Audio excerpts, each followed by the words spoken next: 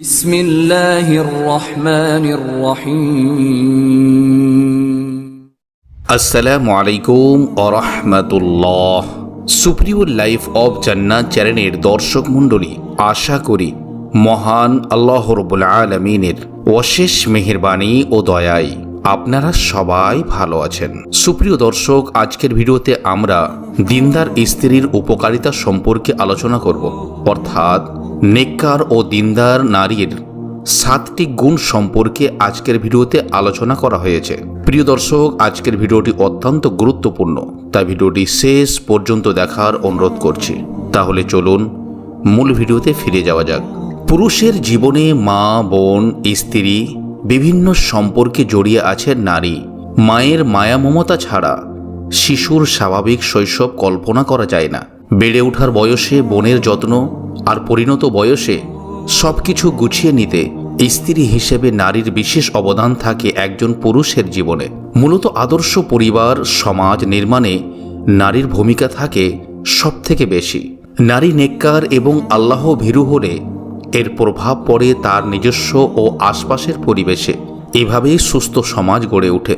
কোরআন ও হাদিসের বিভিন্ন জায়গায় নেককার ও সৎ নারীর বেশ কিছু গুণ বর্ণনা করা হয়েছে।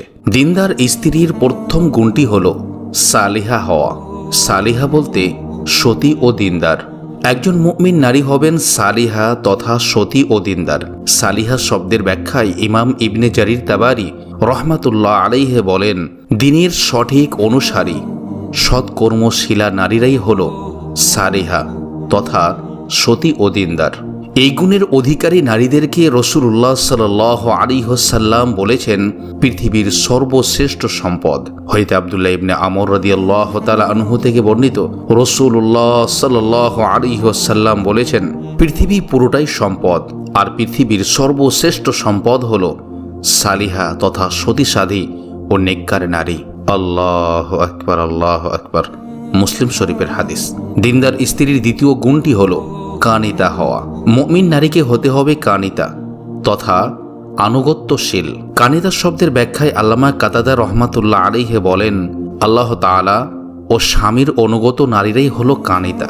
হযরত আবু হুরায়রা রাদিয়াল্লাহু তাআলা আনহু থেকে বর্ণিত, রাসূলুল্লাহ সাল্লাল্লাহু আলাইহি ওয়াসাল্লামকে জিজ্ঞেস করা হলো, কোন নারী উত্তম? তিনি বললেন, যাকে দেখলে স্বামী আনন্দবোধ করে, যাকে আদেশ করলে আনুগত্য করে এবং স্ত্রী ও সম্পদের ব্যাপারে স্বামী যা অপছন্দ করে তা থেকে বিরত থাকে। স্বামীর আনুগত্যের মাধ্যমে একজন মুমিন নারী জান্নাতে গড়ে নিতে পারে নিজ ঠিকানা। সুবহানাল্লাহ। হযরত আবু হুরায়রা রাদিয়াল্লাহু তাআলা আনহু থেকে বর্ণিত, রাসূলুল্লাহ সাল্লাল্লাহু আলাইহি ওয়াসাল্লাম বলেছেন, যে নারী 5 ওয়াক্ত সালাত পড়বে, রমজান মাসের রোজা রাখবে, নিজ লজ্জাস্থান হেফাজত করবে এবং স্বামীর আনুগত্য করবে, সে জান্নাতে যে দরজা দিয়ে ইচ্ছে প্রবেশ করবে। সুবহানাল্লাহ। সহিহ ইবনে হিব্বানের হাদিস। দিনদার স্ত্রীর আরেকটি গুণ হল নিজের সতীত্ব ও স্বামীর সম্পদের হেফাজতকারী। একজন মুমিন নারী স্বামীর অনুপস্থিতিতে তার ধনসম্পদ ও নিজ সতীত্ব হেফাজত করবেন। হযরত আবু হুরায়রা রাদিয়াল্লাহু তাআলা আনহু থেকে বর্ণিত, রাসূলুল্লাহ সাল্লাল্লাহু আলাইহি ওয়াসাল্লাম বলেছেন, উত্তম স্ত্রী সে যার দিকে তাকালে তোমাকে আনন্দিত করে, আদেশ করলে আনুগত্য করে, আর তুমি দূরে থাকলে সে তার নিজের ব্যাপারে এবং তোমার সম্পদের ব্যাপারে তোমার অধিকার রক্ষা করে। হযরত আবু উমামা রাদিয়াল্লাহু তাআলা আনহু থেকে বর্ণিত, রাসূলুল্লাহ সাল্লাল্লাহু আলাইহি ওয়াসাল্লাম আরও বলেছেন, তাকওয়া অবলম্বনের পর কোনো মুমিন পুরুষের জন্য সতী স্ত্রী থেকে অধিক কল্যাণকর কিছু নেই। আল্লাহু আকবার। কেননা স্বামী তাকে আদেশ করলে সে মান্য করে, স্বামী তার দিকে তাকালে সে তাকে আনন্দ দেয়, স্বামী তার সম্পর্কে কোনো কসম খেলে সে স্বামীর কসম পূর্ণ করতে সহযোগিতা করে, আর স্বামী কোথাও গেলে স্ত্রীর নিজ সতীত্ব ও স্বামীর সম্পদ রক্ষণের ব্যাপারে স্বামীর কল্যাণকামী হয়। সুবহানাল্লাহ। দিনদার স্ত্রীর আরেকটি গুণ হল দিনের কাজে স্বামীর সহযোগী হওয়া। একজন মুমিন নারী স্বামীকে দিনদারির ক্ষেত্রে সহযোগিতা করবেন। সাহাবা ইকরাম রাদিয়াল্লাহু তাআলা আনহুম একবার রাসূলুল্লাহ সাল্লাল্লাহু আলাইহি ওয়াসাল্লাম এর কাছে আবেদন করলেন, আমরা যদি জানতাম কোন সম্পদ সর্বোত্তম যা আমরা অর্জন করব, তাহলে কতই না ভালো হতো। রাসূলুল্লাহ সাল্লাল্লাহু আলাইহি ওয়াসাল্লাম বললেন, সর্বোত্তম সম্পদ হলো জিকিরকারী জিহ্বা, শকর গুজার অন্তর এবং মুমিন স্ত্রী যে তার স্বামীকে তার ঈমানের ক্ষেত্রে সহযোগিতা করবে। সুবহানাল্লাহ। হাদিসের বর্ণনা অনুযায়ী ঈমানের ক্ষেত্রে সহযোগিতা করা তথা স্বামীকে পরিপূর্ণরূপে দিন মেনে চলতে সহযোগী হওয়া মুমিন নারীর বিশেষ গুণ।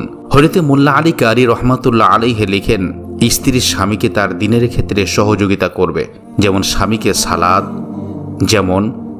সালাত, রোজা ও অন্যান্য ইবাদতের কথা স্মরণ করিয়ে দেবে এবং তাকে ব্যভিচার ও অন্যান্য গুনাহের কাছ থেকে বিরত রাখবে। দিনদার স্ত্রীর আরেকটি গুণ হলো অবৈধ সম্পর্কের ধারে কাছেও যাবে না। একজন মুমিন নারী সচ্চরিত্রা হবেন, গোপনে অবৈধ সম্পর্ক স্থাপনকারী হবেন না, এমনকি অশ্লীলতার ধারে কাছেও যাবে না। পবিত্র কোরআনে ইরশাদ হয়েছে, তারা বিয়ে বন্ধনে আবদ্ধ হয়ে চারিত্রিক পবিত্রতা সম্পূর্ণ হবে, ব্যভিচারিণী হবেন না এবং গোপনে অবৈধ সম্পর্ক স্থাপনকারী হবেন না। সূরা নিসা আয়াত নম্বর 25।